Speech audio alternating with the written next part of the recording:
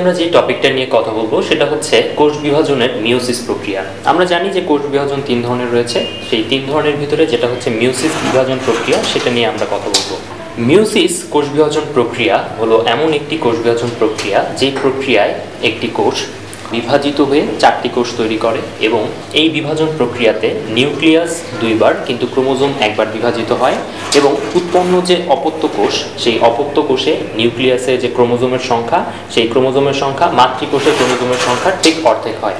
অর্থাৎ মিওসিস কোষ বিভাজন প্রক্রিয়া হলো এমন একটি প্রক্রিয়া যেখানে নিউক্লিয়াস দুইবার কিন্তু ক্রোমোজোম একবার বিভাজিত হয় এবং কোষ বিভাজন প্রক্রিয়ার শেষে একটি মাতৃকোষ থেকে চারটি অপত্য কোষ তৈরি হয় এবং মাতৃকোষে ক্রোমোজোমের যে সংখ্যা থাকে অপত্য কোষে ক্রোমোজোমের সংখ্যা তার অর্ধেক হয়। অর্থাৎ মাদার সেলে যদি ক্রোমোজোম নাম্বার টুয়াইস n হয়ে থাকে তাহলে ডটার সেলগুলিতে ক্রোমোজোম সংখ্যা হয়ে থাকে n।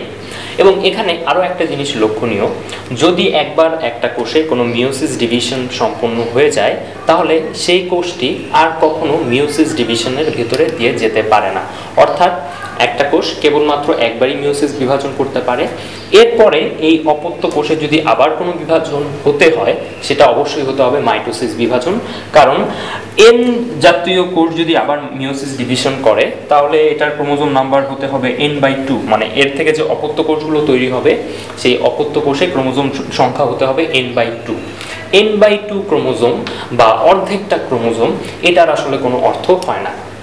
তাহলে আমরা মিওসিস কোষ বিভাজনের সংজ্ঞাটা জানলাম। এখন আমরা জানব যে মিওসিস কোষ বিভাজনগুলো কোথায় কোথায় সম্পন্ন হয়। মিওসিস কোষ বিভাজন সম্পন্ন হতে পারে কেবলমাত্র দুটো জায়গায়।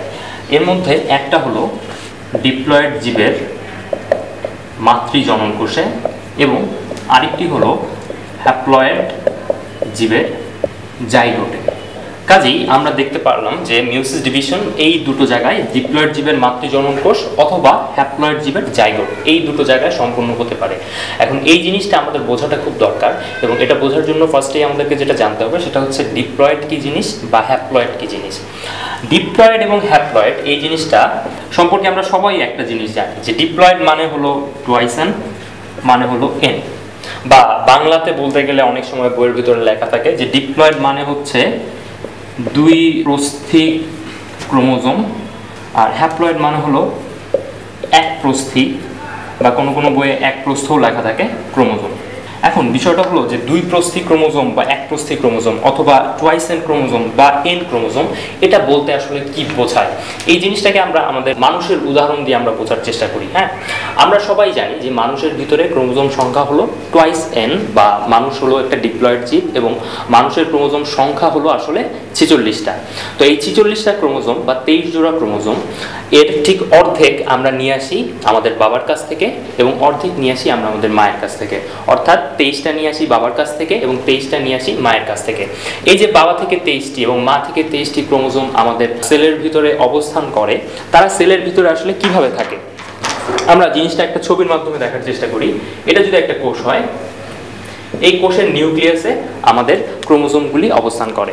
তো সেই ক্রোমোজোমগুলি কিভাবে অবস্থান করে আমরা জানি যে আমাদের যে ক্রোমোজোম 23 জোড়া ক্রোমোজোম, এই 23 জোড়া ক্রোমোজোমের ভিতরে 22 জোড়া হলো অটোজোম আর এক জোড়া হলো সেক্স ক্রোমোজোম।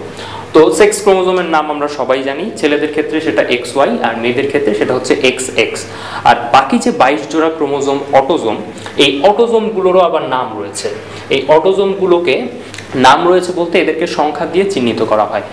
1 থেকে শুরু করে 1 2 3 4 এভাবে 1 থেকে 22 পর্যন্ত এদেরকে চিহ্নিত করা হয় এবং এই অটোজোমগুলো তাদের দৈর্ঘ্য অনুযায়ী আসলে তাদের নাম্বারিংটা করা হয়েছে। তো 1 নাম্বার ক্রোমোজোমটা সবচেয়ে বড়, আবার 22 নাম্বারটা হলো সবচেয়ে ছোট। এদের চেয়েও ছোট হলো আমাদের XY ক্রোমোজোম এবং টু বি অ্যাকুরেট আমাদের বডির সবচেয়ে ছোট ক্রোমোজোম হলো Y ক্রোমোজোম। তো যাই হোক, সেটা আমাদের হ্যাপ্লয়েড ডিপ্লয়েডের প্রসঙ্গের ভিতরে পড়ে না। হ্যাপ্লয়েড ডিপ্লয়েডের ভিতরে আমাদের যেটা জানতে হবে যে আমাদের 23 জোড়া ক্রোমোজোম এটা জোড়ায় জোড়ায় থাকে। অর্থাৎ বাবা থেকে আসা 1 নাম্বার ক্রোমোজোম তার সাথে এসে জোড়া বাঁধে মা থেকে আসা 1 নাম্বার ক্রোমোজোম, বাবা থেকে আসা 2 নাম্বার ক্রোমোজোম তার সাথে এসে জোড়া বাঁধে মা থেকে আসা 2 নাম্বার ক্রোমোজোম, তারপর বাবা থেকে আসা 3 নাম্বার তার সাথে গিয়ে জোড়া বাঁধে মা থেকে আসা 3 নাম্বার। এইভাবে যে ক্রোমোজোমগুলি আছে সেই ক্রোমোজোমগুলি একেবারে 1 থেকে শুরু করে 22 পর্যন্ত, এবং সেক্স ক্রোমোজোম এক্স এবং ওয়াই বা এক্স এবং এক্স এরা হচ্ছে জোড়া জোড়া বেঁধে থাকে।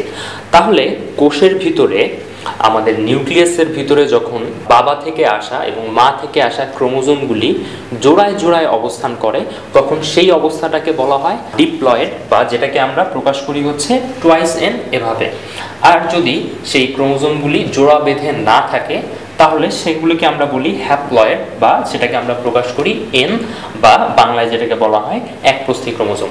তাহলে দুই প্রস্থি ক্রোমোজোম বা ডিপ্লয়েড মানে সেখানে ক্রোমোজোমগুলি জোড়া বেঁধে বেঁধে অবস্থান করছে, এবং একপ্রস্থি মানে সেখানে আসলে ক্রোমোজোমগুলি ঠিক জোড়া বেঁধে অবস্থান করছে না। তো আমরা দেখলাম যে ডিপ্লয়েড জীবের মাতৃ জনন কোষে হয় এবং হ্যাপ্লয়েড জীবের জাইগোটে হয়। এখন হলো যে কেন আসলে এই দুইটা জায়গাতেই আমাদের মিওসিস কোষ বিভাজন সম্পন্ন হয়।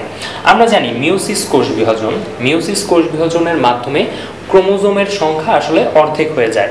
এখন আমরা প্রথমে ডিপ্লয়েড জীবে কেন আসলে মিওসিস কোষ বিভাজন সম্পন্ন হয় সেটার দিকে আমরা লক্ষ্য করি। ডিপ্লয়েড জীব তার ক্রোমোজোমের অবস্থা হলো টুয়াইসেন। তাহলে আমরা জানি যে ডিপ্লয়েড জীবের যে জনন কোষ তৈরি হবে, মাতৃ জনন কোষ থেকে আসলে আলটিমেটলি জনন কোষ তৈরি হয়। তো মেল গ্যামেট বা পুরুষ জনন কোষ এবং ফিমেল গ্যামেট বা স্ত্রী জনন কোষ তৈরি হয়। এই মেল গ্যামেট বা এবং ফিমেল গ্যামেট এই দুইজন আসলে শেষ পর্যন্ত মিলিত হয়ে জাইগোট তৈরি করে, এবং সেই জাইগোট থেকেই একটা নতুন প্রাণী জন্ম নেয়। এখন মাতৃ জনন কোষ তার অবস্থা হচ্ছে টুয়াইসেন। এই মাতৃ জনন কোষ যখন মিওসিস কোষ বিভাজন সম্পন্ন করে তখন তার থেকে যে অপত্য কোষগুলো তৈরি হয়, এখানে একটা থেকে 4টা তৈরি হয়, আমি দুইটা দেখিয়েছি। এই যে জনন কোষগুলি তৈরি হলো, এই জনন কোষের আলটিমেট ফেট হচ্ছে একটা মেল জনন কোষ বা মেল গ্যামেট একটা ফিমেল গ্যামেটের সাথে মিলিত হয়ে জাইগোট তৈরি করবে।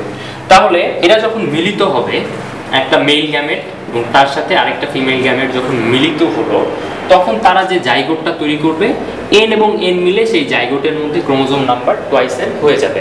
অর্থাৎ ডিপ্লয়েড জীব তার জনন কোষের মধ্যে যে ক্রোমোজোম সেটাকে অবশ্যই হ্যাপ্লয়েড হতে হবে, এবং সেই হ্যাপ্লয়েড গ্যামেটগুলি যখন মিলিত হয়ে একটা জাইগোট তৈরি করবে, সেই জাইগোটের মধ্যে আবার ডিপ্লয়েড অবস্থাটা ফিরে আসবে। আমরা জানি যদি ডিপ্লয়েড জীবে মিওসিস জীবের যে জনন কোষ সেখানে যদি মিওসিস কোষ বিভাজন সম্পন্ন না হতো, তাহলে দেখা যেত তার যে গ্যামেটগুলি রয়েছে সেই গ্যামেটের ভিতরেও ক্রোমোজোম সংখ্যা হয়ে যেত টুয়াইসেন। এখন টুয়াইসেন এবং টুয়াইসেন এরকম যদি দুটো গ্যামেট এসে মিলিত হতো, তাহলে সেই ক্ষেত্রে তার যে জাইগোট তৈরি হতো সেই জাইগোটের মধ্যে ক্রোমোজোম নাম্বার হয়ে যেত 4n। এখন আমরা জানি ক্রোমোজোম যে সংখ্যা, প্রত্যেকটা ক্রোমোজোমের ভিতরে জিন থাকে, এবং সেই জিনগুলি আসলে আমাদের বংশগতির বৈশিষ্ট্যকে বেয়ার করে। তাহলে যদি কোনো জীবের ক্রোমোজোম নাম্বার তার যে পূর্বপুরুষ রয়েছে বা তার যে আগের জেনারেশন রয়েছে সেই জেনারেশনের ক্রোমোজোম নাম্বারের থেকে বেশি হয়ে যায়, তাহলে আসলে সেই প্রজাতির আসলে কোনো অস্তিত্বই আর থাকার কথা না। এই জন্য এই ডিবেইকেল বা এই বড় ধরনের বিপর্যয় যাতে না ঘটে প্রকৃতিতে, এই জন্য আমাদের সৃষ্টিকর্তা এমন ব্যবস্থা করে দিয়েছেন যে ডিপ্লয়েড জীবের জনন কোষে সেখানে মিওসিস ডিভিশন হওয়ার ফলে গ্যামেট যে তৈরি হয় সেগুলি হ্যাপ্লয়েড থাকে, এবং তারা যখন মিলিত হয়ে জাইগোট তৈরি করে সেটা আবার ডিপ্লয়েড হয়ে যায়। এর ফলে আমাদের প্রকৃতিতে একটা সাম্যাবস্থা বজায় থাকে। এবার দেখা যাক হ্যাপ্লয়েড জীবের জাইগোটে কেন মিওসিস কোষ বিভাজন সম্পূর্ণ হয়। আমরা জানি যারা হচ্ছে নিম্ন শ্রেণীর জীব এবং ন্যাচারালি যারা হচ্ছে হ্যাপ্লয়েড জীব, তাদের ক্ষেত্রে আসলে গ্যামেট তৈরি হওয়ার সময়ও তাদের যদি যৌন জনন হয় তাহলে তাদের গ্যামেট তৈরি হওয়ার সময় আসলে হ্যাপ্লয়েড জীবে মিওসিস হওয়ার কোনো অবকাশ নেই, কারণ হ্যাপ্লয়েড জীব তার ক্রোমোজোম সংখ্যা এমনিতেই হলো n। এখন আমরা যখন হ্যাপ্লয়েড ডিপ্লয়েড বুঝেছিলাম তখন আমরা দেখেছিলাম যে হ্যাপ্লয়েডের মধ্যে ক্রোমোজোমগুলি আসলে সিঙ্গলি বা সিঙ্গেল ভাবে অবস্থান করে। তো সেখানে যদি n/2 হইতে হয়, n/2 হইতে গেলে আমাদের ক্রোমোজোমটাকে আসলে অর্ধেক হয়ে যাইতে হবে। এখন অর্ধেকটা ক্রোমোজোম এই কথাটার আসলে কোনোই অর্থ হয় না। তাহলে মিওসিস ডিভিশন আসলে হ্যাপ্লয়েড জীবে করতে পারবে না। তাহলে তার গ্যামেট তৈরি হবে, তার গ্যামেটগুলো হবে আসলে n, এবং সেই গ্যামেট গুলো যখন মিলিত হয়ে তার জাইগোট তৈরি হবে, জাইগোটটার অবস্থা হয়ে যাবে টুয়াইসেন। এখন একটা জীব তার ন্যাচারালি সে হচ্ছে n, কিন্তু তার জাইগোটটা হয়ে গেছে টুয়াইসেন, এটা আসলে হওয়া সম্ভব না। এই জন্য এই টুয়াইসেন অবস্থা থেকে আবার এটাকে n অবস্থাতে ফিরিয়ে নিয়ে আসার একটা মাত্র উপায় আছে, সেটা হলো মিওসিস ডিভিশন, এবং এর ফলেই আমাদের হ্যাপ্লয়েড জীবের জাইগোটে মিওসিস ডিভিশন সম্পন্ন হয়।